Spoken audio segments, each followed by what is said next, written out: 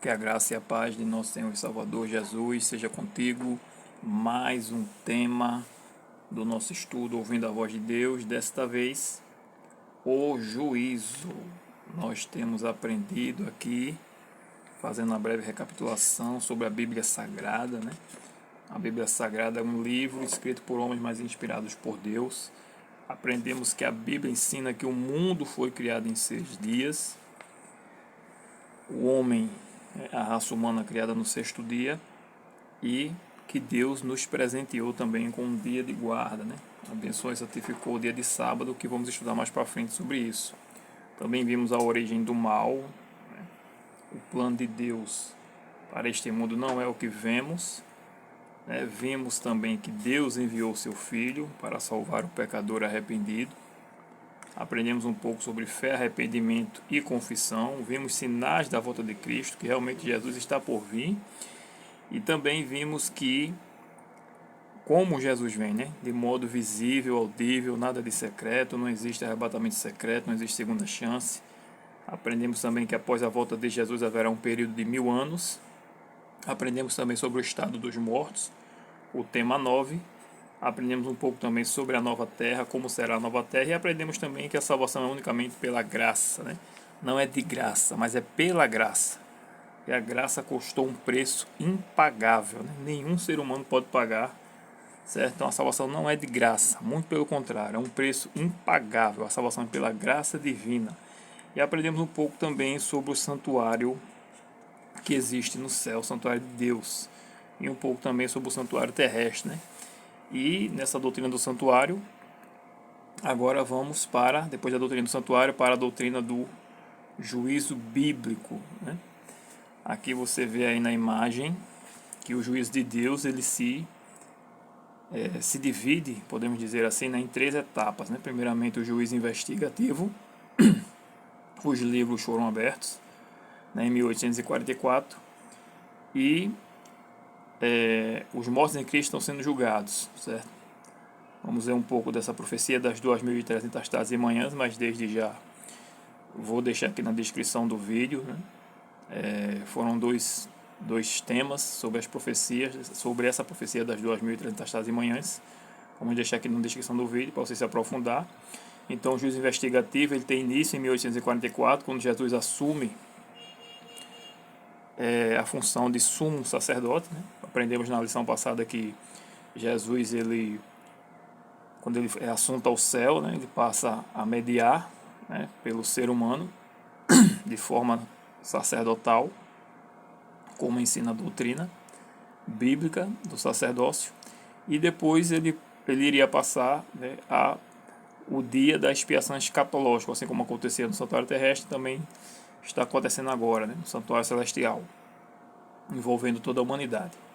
A segunda fase é o período do milênio, né, chamamos de período comprobatório, e a terceira fase é o juízo executivo, né, quando Jesus, quando a Terra Santa descer, né, e ali os ímpios vão se reunir e tentar invadir a Cidade Santa, e ali descerá fogo do céu, né? É uma maneira bem resumida, né, de explicarmos. Mas vamos lá. Os versos, né, áureos seria Eclesiastes 12, capítulo 12, versos 13 e 14. Vamos aprender um pouco no próximo tema sobre as leis na Bíblia. Aqui diz o seguinte, ó, de tudo que se tem ouvido, a suma é. Ou seja, de tudo que se tem ouvido, né, todo o livro de Eclesiastes, ela explicando um pouco sobre a vida, a vaidade humana e etc. Ele fala, ó, o que é o sentido da vida, certo? Ele diz, ó, de tudo que se tem ouvido, o importante é: tema a Deus e guarda os seus mandamentos, porque isto é o dever de todo homem, não é de todo judeu, certo? É dever de todo homem guardar os mandamentos de Deus. Porque Deus, e por que guardar os mandamentos de Deus? Porque esse é meu dever. E aí o verso 14 explica, porque Deus há de trazer a juízo todas as obras, até as que estão escondidas, quer sejam boas ou quer sejam más. Então, tudo Deus vai trazer à luz, e a obrigação do ser humano guardar os mandamentos de Deus. Aí nós temos, durante o milênio, Apocalipse 20 e o verso 4. E aí está escrito: vi também tronos, e nestes sentaram-se aqueles aos quais foi dada autoridade de julgar. Vi ainda as almas dos decapitados por causa do testemunho de Jesus, bem como por causa da palavra de Deus, tantos quantos não adoraram a besta, nem tampouco a sua imagem, e não receberam a marca na fronte e na mão, e viveram e reinaram com Cristo durante 1000 anos. O próprio Jesus disse que os habitantes de Nínive, que se converteram na pregação de Jonas, iriam julgar, né, aquela geração de Israel. A rainha de Sabá, os próprios discípulos, né, disse que iriam se assentar a 12 tronos para julgar as tribos de Israel. E no juízo comprobatório, né, Apocalipse 20, do verso 7 ao 10, está escrito: quando, porém, se completarem os 1000 anos, Satanás será solto de sua prisão e sairá a seduzir as nações que há nos 4 cantos da terra, Gog e Magog, a fim de reuni-las para a peleja. O número dessas é como a areia do mar. Marcharam então pela superfície da terra e sitiaram o acampamento dos santos e a cidade querida. Desceu, porém, fogo do céu e os consumiu. O diabo, o sedutor deles, foi lançado para dentro do lago de fogo e enxofre, onde já se encontram não só a besta, como também o falso profeta, e serão atormentados de dia e de noite pelos séculos dos séculos. Apocalipse 20, versos 7 ao 10. Em Hebreus capítulo 9, verso 24, está escrito, né? Porque Cristo não entrou em santuário feito por mão, figura do verdadeiro, porém no mesmo céu, para comparecer agora por nós diante de Deus. Aleluia. Então veja que existe de fato um santuário no céu, né? E Jesus agora ele ministra por nós. E uma do serviço do santuário, exatamente, o juízo. E esse juízo iria ser dado início exatamente com o fim da profecia de Daniel 8,14, verso 8, verso 14 a 17, né? O fim das 2.300 tardes e manhãs, que são tempos proféticos, né? É o que chamamos de tempo profético, que é um dia valendo para um ano em profecia.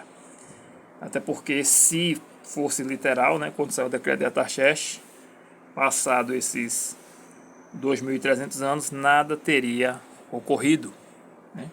E a profecia ela foi totalmente detalhada, né, explicando cada evento ocorreria uma coisa. Pronto, abrindo aqui melhor, para ficar melhor entendido, né, cada fim de período cada fim de período profético ocorreria uma coisa, né? Um anjo disse que 70 semanas estariam determinadas para o povo. Seriam 7 semanas, mais 62 semanas até o ungido, né? Você vê aqui que com o decreto de Artaxerxes, né, 457, para a reconstrução de Jerusalém, né? Jerusalém, a cidade e o santuário também, e também as leis civis, né? Eles iriam ter novamente autonomia civil como nação. Por exemplo, na época de Jesus, os romanos é quem subjugavam o povo e eles não permitiam que alguém fosse levado à morte sem que passasse pelo tribunal romano, né? Eles podiam julgar segundo a lei de Israel, mas eles tinham que levar o caso de morte para o tribunal romano. Então eles não tinham essa autonomia civil, mas com esse decreto de Artaxerxes eles ganharam essa autonomia civil. Então 7 semanas, você pode fazer as contas, né? 7 semanas daria 49 anos proféticos, do ano 457 a.C. ao ano 408, lembrando que a contagem é regressiva. Então a cidade seria restaurada, né? Esse foi o primeiro evento histórico. Depois mais 62 semanas, né, que seriam 434 anos. Pertinho aí de se concluir também as 70 semanas. Faltaria apenas uma semana. Então, do ano 408 ao ano 27, seria, né, 62 semanas. E aí aparece Jesus, né, ungido ali no ano 27 depois de Cristo. Então, depois de 62 semanas, apareceria o ungido. Na metade da semana, como explica lá em Daniel capítulo 9, verso 26, ele faria cessar o sacrifício. E ele faria um concerto aqui, certo? Quando ele aparecesse, de uma semana, como a gente vê aqui, do ano 27 ao ano 34, na metade da semana faria cessar o sacrifício, e no ano 34, quando ocorre o apedrejamento de Estevão, e logo após ali Paulo também se converte, né, e ele passa o evangelho então aos gentios.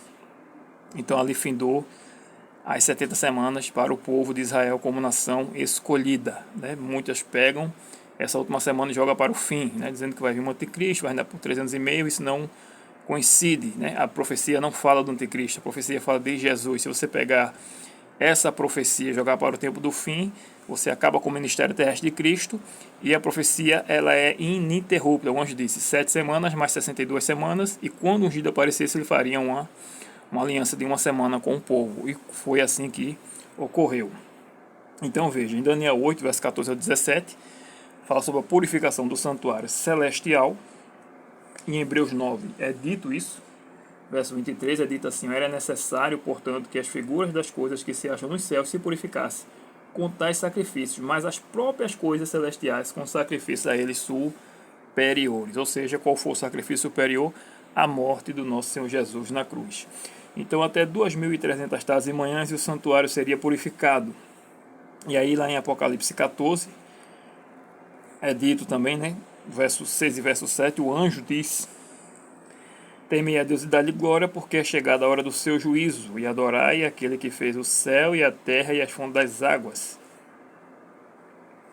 E diz também lá em Apocalipse 11 verso 18,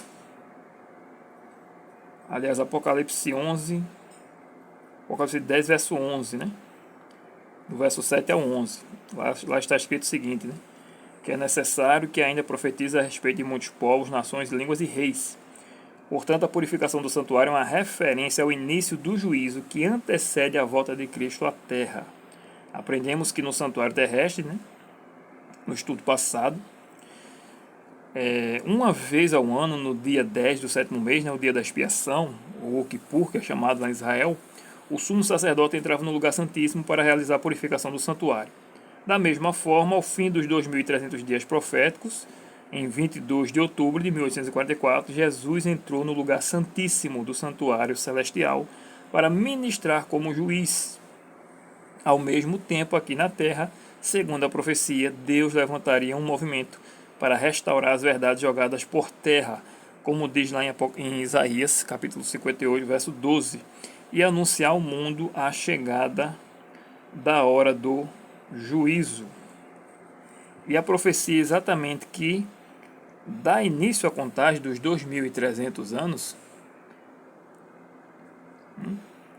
Quando começarem os 2.300 anos? É exatamente lá em Daniel. Daniel capítulo 9, quando Daniel, angustiado, né, vai fazer a oração pelo povo, o anjo chega para explicar a visão que ele não compreendeu, que foi a visão das 2.300 tardes e manhãs. Capítulo 8 deixa isso claro, que ele não entendeu essa visão.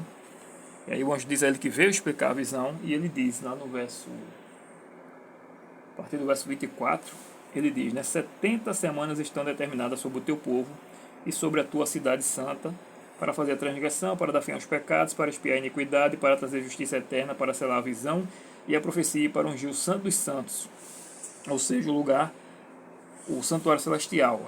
Essa expressão para santo dos santos, ela significa que é o lugar mais santo de todo o universo, que é exatamente onde habita a presença de Deus. Aí o verso 25 ele diz, sabe e entende. Quando o anjo diz aqui, sabe e entende a Daniel, a gente tem que se colocar, né, além de se colocar na mente do profeta, do que o profeta estava entendendo ali, e ele sabia que o santuário seria restaurado, e de repente o anjo vai dizer que o santuário vai ser assolado novamente, né? Então, como ficou a cabeça do profeta? E também quando o anjo diz assim, sabe e entende, a gente quando lê a Bíblia tem que entender que Deus está falando conosco. Então quando ele diz sabe e entende, ele está dizendo para mim e para você, presta atenção e entenda.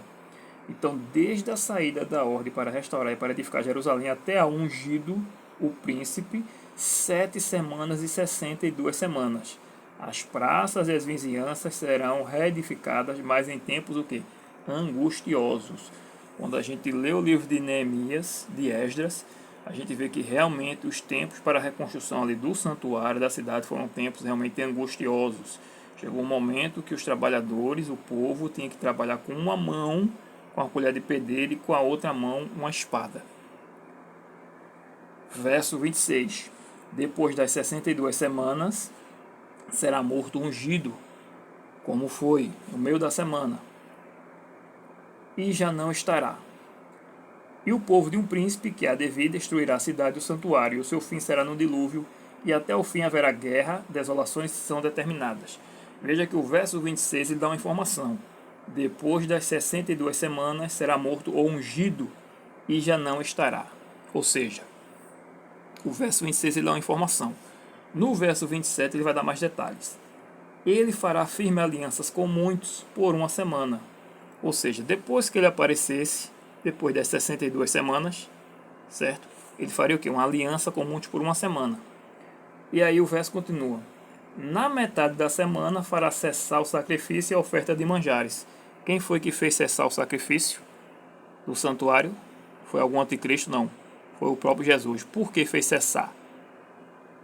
Porque findou o sistema, o ritual do santuário. Tudo aquilo apontava para Cristo. No momento que Cristo vem e morre na cruz do Calvário, todo aquele simbolismo, todo aquele ritual, tudo que apontava para ele cumpriu a sua finalidade. Não é mais necessário você matar um cordeiro, não é mais necessário sacerdote nem sumo sacerdote humano. Então tudo aquilo ali foi cumprido, não é que foi abolido, foi cumprido, né? Teve o seu período de validade ali na cruz.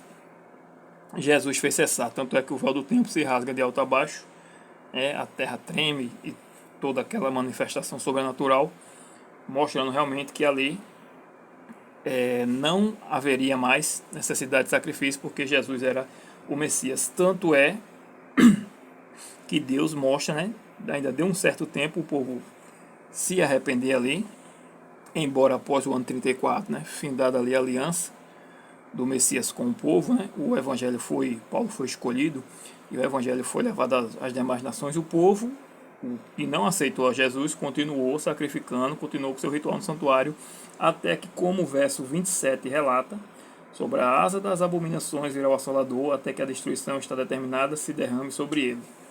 E o verso 26 também falando, né, que há de vir o povo de um príncipe destruir a cidade e o santuário, né? Então ocorreu exatamente após o ano 34. Só que Deus ainda deu um tempo de arrependimento depois das 70 semanas, né? Ainda continuou com a sua misericórdia por mais ou menos ali 35 anos, porque foi no ano 70 que ocorreu essa destruição. Então, a contagem de tempo é exatamente o decreto de Artaxerxes, é o início da contagem das 70 semanas proféticas, né? Que se deu no ano 457 a.C., permitindo a manutenção dos serviços do templo e a reconstrução da cidade de Jerusalém. Isso a gente vê lá em Esdras capítulo 7. Lá em Daniel também, capítulo 7, a gente vai ver que Jesus, ele... Deixa eu ler o verso 9, né? Daniel 7, verso 9. Vai dizer o seguinte: continuei olhando até que foram postos uns tronos. E o ancião de dia se assentou, sua veste era branca como a neve, e os cabelos da cabeça como a pura lã. Seu trono era chamas de fogo, e as suas rodas eram fogo ardente. Então, Daniel, ele tem uma visão do Pai, assentado, né, com toda a sua santidade. E aí o verso 10 continua: um rio de fogo, uma nave saía de diante dele, milhares de milhares o serviam, e miríades de miríades estavam diante dele. Assentou-se o tribunal e foram abertos o livro. Ou seja, Daniel viu aqui uma cena de julgamento. Quando é no verso 13, ele disse: eu estava olhando nas minhas visões da noite, e eis como vinha com as nuvens do céu, um como filho do homem, e dirigiu-se ao Senhor de dias, e o fizeram chegar até ele. E é dito, verso 14, foi-lhe dado domínio, glória e o reino, para que os povos, nações e homens de todas as línguas o servissem. O seu domínio é domínio eterno, que não passará, e o seu reino jamais será destruído. E quando a gente abre também lá em Apocalipse, a gente vê que João teve uma cena igual, né? ele vê tronos também, o trono do Pai, Deus do Pai no trono, vê Jesus também se achegando a ele, pegando o livro, né, do juízo e o descelando. Por quê? Porque Jesus é o juiz desse juízo. É o que diz, por exemplo, em João capítulo 5. E o Pai a ninguém julga, mas ao Filho confiou todo o julgamento. João capítulo 5, verso 22. Além de juiz, Jesus também é o nosso advogado, né? Vemos que Jesus é sumo sacerdote e também é sacerdote, ou seja, ele intercede, ele media a favor do seu povo. João 1, aliás, carta de João, né? Primeira carta de João, capítulo 1, verso 2. Capítulo 2, aliás, verso 1. Filhinhos meus, estas coisas vos escrevo para que não pequeis. Se todavia alguém pecar, temos advogado junto ao Pai, Jesus Cristo, o justo. Aleluia. Então, além de juiz, ele é nosso advogado. Então, não tem como nós sermos reprovados no juízo, porque Jesus aplica os seus méritos sobre nós, sobre aqueles que estão arrependidos. Como dito, o juízo, então, ele tem 3 fases ou 3 etapas, né? Assim como o ministério de Cristo, ele tem 3 etapas. Primeiro, Jesus se sacrifica por nós. Depois, Jesus assume a função de sacerdote e agora a função de sumo sacerdote. Então, o juízo é realizado também em 3 fases. Investigação, que teve início em 1844 e terminará pouco antes da volta de Cristo. Comprovação, que ocorrerá durante os 1000 anos, né, onde vamos abrir os livros, né, comprovar por que as pessoas se perderam. E o juízo de execução, também conhecido como juízo final, que ocorrerá após os 1000 anos, como lemos um dos primeiros versos aqui, Apocalipse 20, verso 7 ao 10. Muita gente não entende o que é que no santuário tem que ser purificado, né? Tem que ser todo o conflito, ele começou no santuário, certo? A gente viu ali a origem do mal, né? Se originou no coração de um anjo perfeito, criado por Deus, Lúcifer, que se tornou Satanás e diabo, né? Inimigo e acusador. Então tudo tem que ser decidido ali no santuário. E nossos registros de pecados estão no santuário. A partir do momento que confessamos os nossos pecados, temos nossos pecados perdoados, então o universo ele precisa ver, né? Deus sabe e conhece, mas o universo, os anjos, os seres que não caíram, né? Eles precisam saber também. Então esse juízo é para todo o universo e para nós também quando chegarmos lá. Não é para Deus, né? Deus não precisa disso, que um anjo anote ou deixe de anotar, né? Mas é para o restante das suas criaturas. Então os registros são o quê? Apagados. Quando o seu nome passar em revista, vai estar lá, ó, salvo, perdoado. Então é para isso a purificação do santuário. É uma maneira didática também, né? Deus é um Deus de ordem e decência. É uma maneira didática de ensinar a nós, né? E as criaturas, né? As demais criaturas de Deus, sobre a sua bondade, sobre o seu amor, sobre como Deus salva também, né? E uma maneira de você explicar também às pessoas, né? Porque a nossa fé não pode ser uma fé cega, ela é uma fé racional, né? Temos experiência com Deus, temos a parte espiritual, mas temos também a parte lógica, né? A parte do ensino da doutrina, da teologia bíblica. Vemos também, né, que Deus julgará o quê? Todas as coisas. Eclesiastes 12, verso 14. O juízo de Deus será estabelecido segundo a verdade também que recebemos de quê? Da sua palavra. Você é julgado pelo aquilo que você conheceu ou pelo aquilo que você negligenciou conhecer. Muita gente não lê a Bíblia com medo, né, de ver da Bíblia, de confrontar com algo que ela está fazendo, ela não quer abandonar. Então ela também será julgada por isso, por negligência.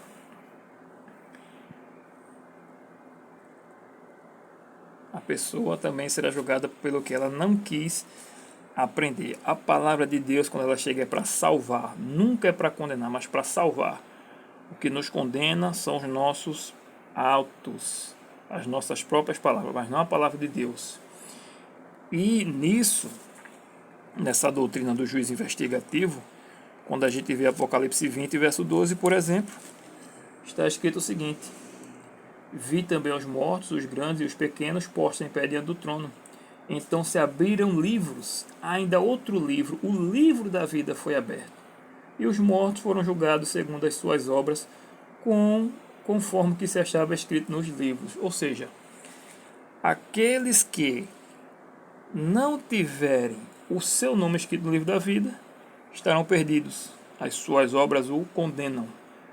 As obras evidenciam se nós estamos salvos ou se estamos perdidos. Verso 15 de Apocalipse 20. E se alguém não foi achado inscrito no livro da vida, esse foi lançado para dentro do lago de fogo. Ou seja, seremos julgados conforme o que se achava escrito nos livros, e aquele que não foi achado inscrito no livro da vida, esse foi lançado para dentro do lago do fogo, né, que é a segunda morte. Então, seremos julgados, né, conforme está escrito nos livros. Se aceitamos o sacrifício de Cristo, já passamos da morte para a vida, porque o amamos e guardamos os seus mandamentos. 2 Coríntios capítulo 5, verso 10 é dito que todos comparecerão perante o tribunal de Cristo.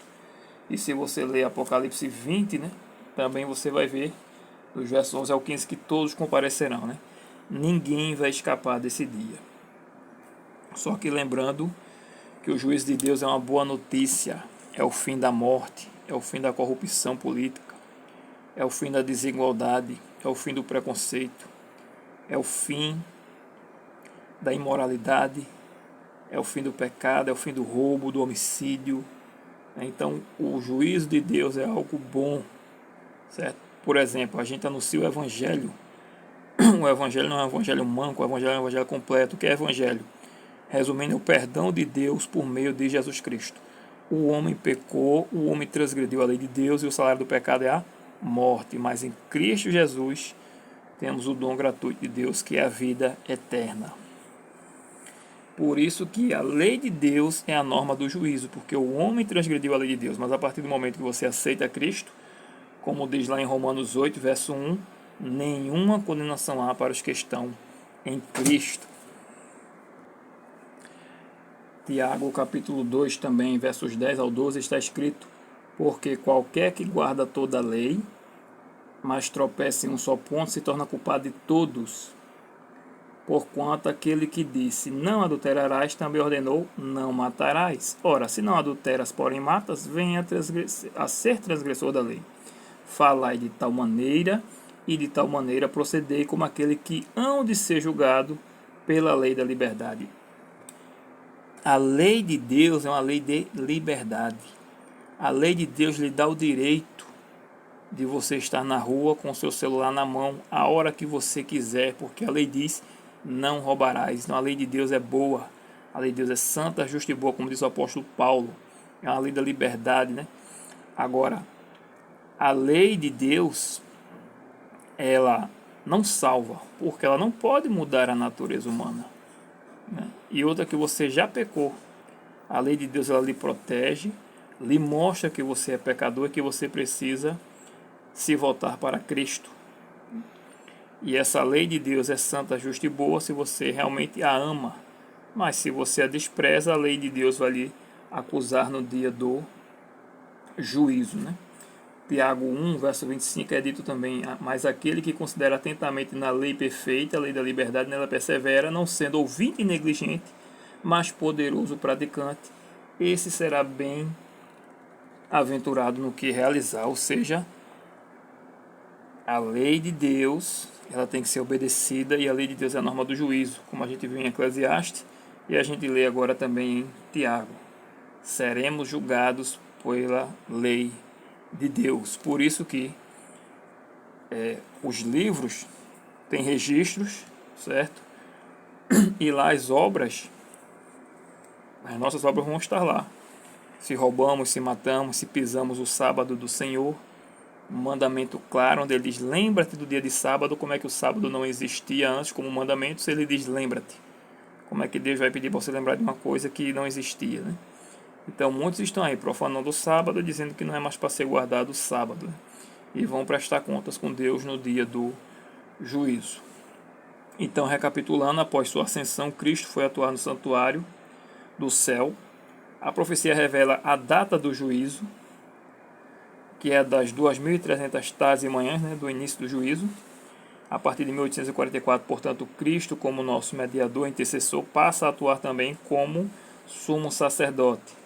As 3 fases de juízo são investigativo, comprovação e execução, ou juízo final. Deus vai julgar todas as coisas, todos nós compareceremos perante o tribunal de Cristo, mas nenhuma condenação há para aqueles que estão em Cristo Jesus e guardam seus mandamentos. Como é dito em Apocalipse 14, verso 12, que os vencedores da marca da besta são aqueles que guardam os mandamentos de Deus e têm a fé de Jesus. O meu desejo e o meu pedido a Deus é que Ele nos dê força para obedeçamos a sua palavra e os seus mandamentos e que de fato aceitemos o nosso Senhor Jesus como nosso Salvador e nosso advogado pessoal. Que Deus seja louvado. No próximo tema falaremos um pouco sobre as leis na Bíblia, né? E vamos ver as leis também, né, que estão, digamos assim, em vigor, né? Existem pelo menos 4 leis na Bíblia, que são os 10 mandamentos, as leis civis, que é proteger, né, região a nação de Israel na época, as leis cerimoniais, né, dos rituais, dos sacrifícios, e as leis também de saúde. Então vamos ver um pouco sobre isso no próximo tema. Que Deus te abençoe, em nome de Jesus. Amém.